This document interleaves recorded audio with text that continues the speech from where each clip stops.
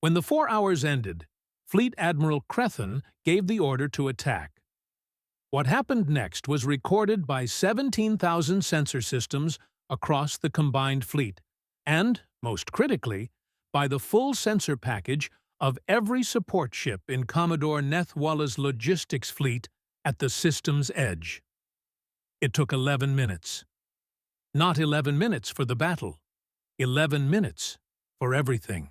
The Grell corvettes opened fire first, as their speed brought them into weapons range ahead of the rest of the fleet. Standard high-yield plasma torpedoes, 12 salvos from the forward corvette group.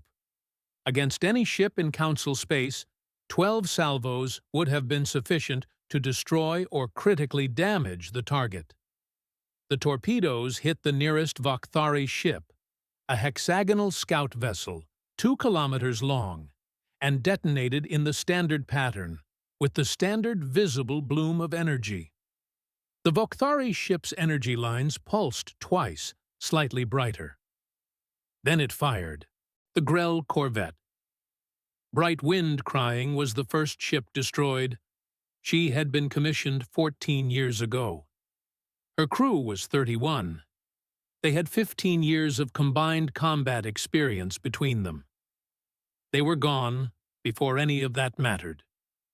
The Vakthari fleet moved then, for the first time. Not in a charge, not in a retreat.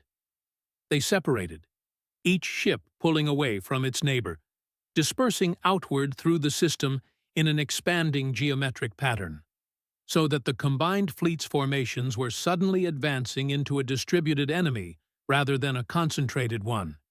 And the coordinated firing patterns Crethen had drilled were suddenly less effective, because the targets were no longer massed. It was done in 8 seconds.